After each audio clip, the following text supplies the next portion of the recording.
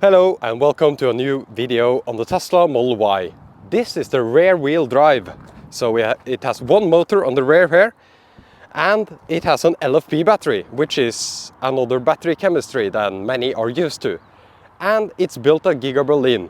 What this means is that it's available in two battery options inside the LFP category. You either have the one that's made by CATL or you have the one made by BYD. This one has the one made by BYD and it's the third BYD blade battery Tesla Model Y that I have tested. Anyways, that's very technical.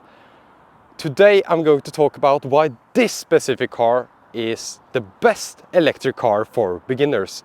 And the reasons might surprise you, but I truly believe that this is the best option to give to someone that's not used to driving electric cars. So let's get going.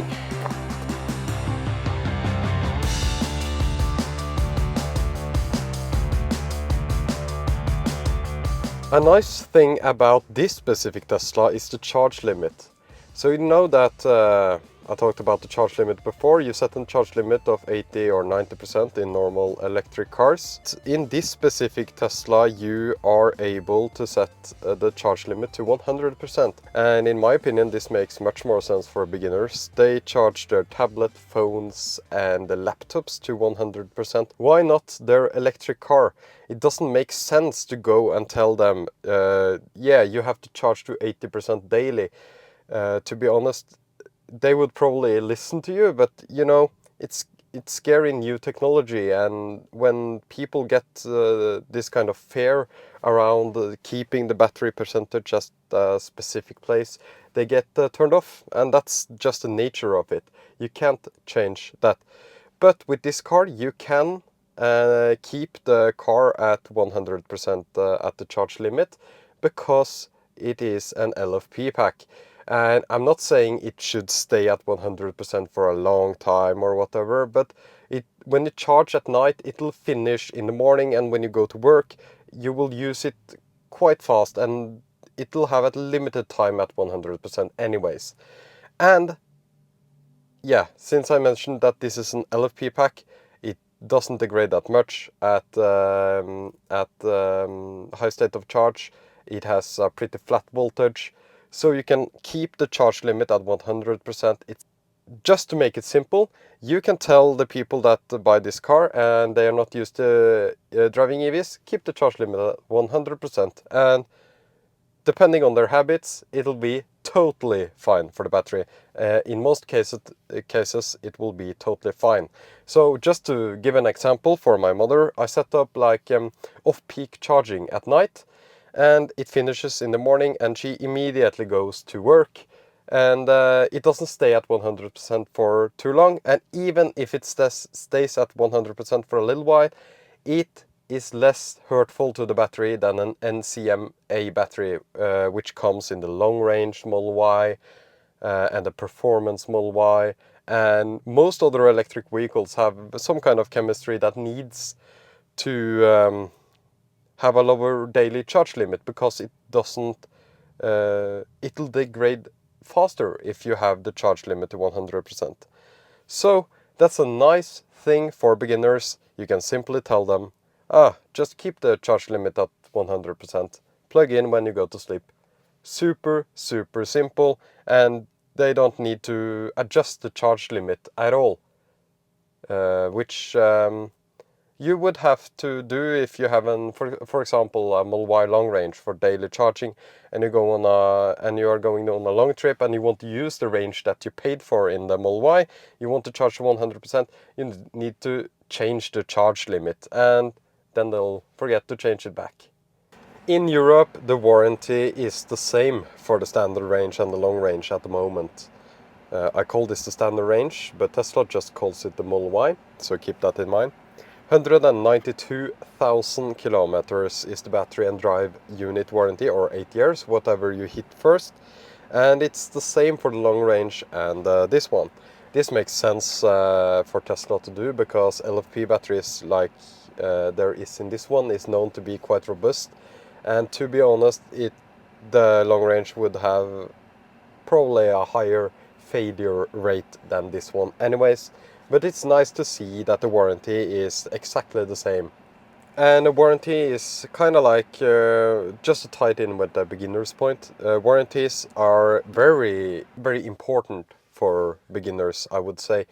It's scary, new technology, and when people move on from their gas cars and they have read that, oh, EVs have battery failures all the time and stuff like that, you can point to the warranty and just say, okay, at least you have the warranty to 192,000 kilometers or 8 years. And so you will be good to go until then, at least.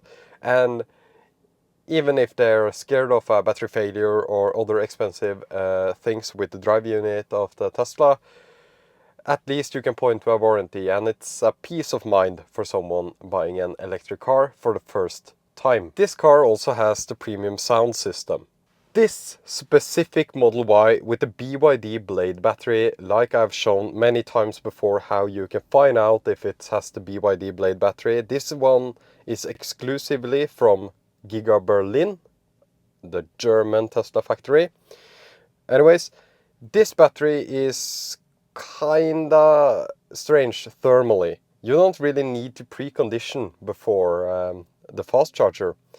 Maybe if it's really cold, but this battery performs very well at most temperatures, and it'll actually, in my experience, overheat itself if it's preconditioning for too long. I don't think Tesla really have tuned the preconditioning for all their battery types. They have just tuned the curve for battery chemistry. So, for example, the Cattle battery, that's also available in this car. There are 2 battery types, you don't know which you get. I have multiple videos on that. Anyways, it seems to, that one likes a bit of preconditioning. It has a tendency to cold gate, which means it charges slower because of the cold weather and such. It seems to use the same preconditioning strategy on the BYD Blade one, which have more of a tendency to overheat than charge slower at the lower temperatures. Even if you just take this car, plug it in at whatever state of charge, you will get a good charging speed, and that's awesome for beginners. Part is that you can just plug it at 74% when your grandma gets scared of their low state of charge at 74%. They'll plug in and still get good speeds, so it's a great car for beginners in that sense. It doesn't make sense to tell EV beginners that, oh, you need to arrive at 5%, 10% or 0% like you should in a Tesla if you want the maximum speed for the other battery types. This one will give you 179 kilowatts at the maximum, and it'll give it if you plug in at 0%, maybe to 30% to be honest, but 10%, 20%, 30%, 40%, 50%, 60%, and 70%. It'll still give you that maximum immediately.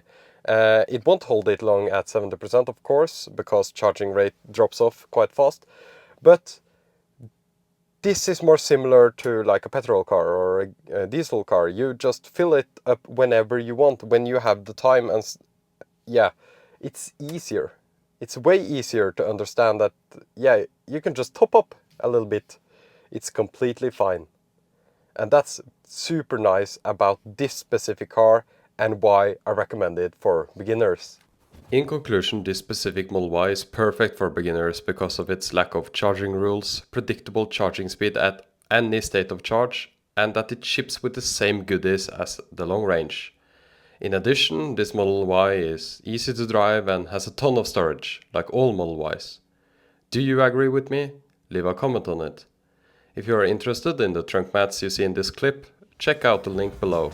Thank you so much for watching.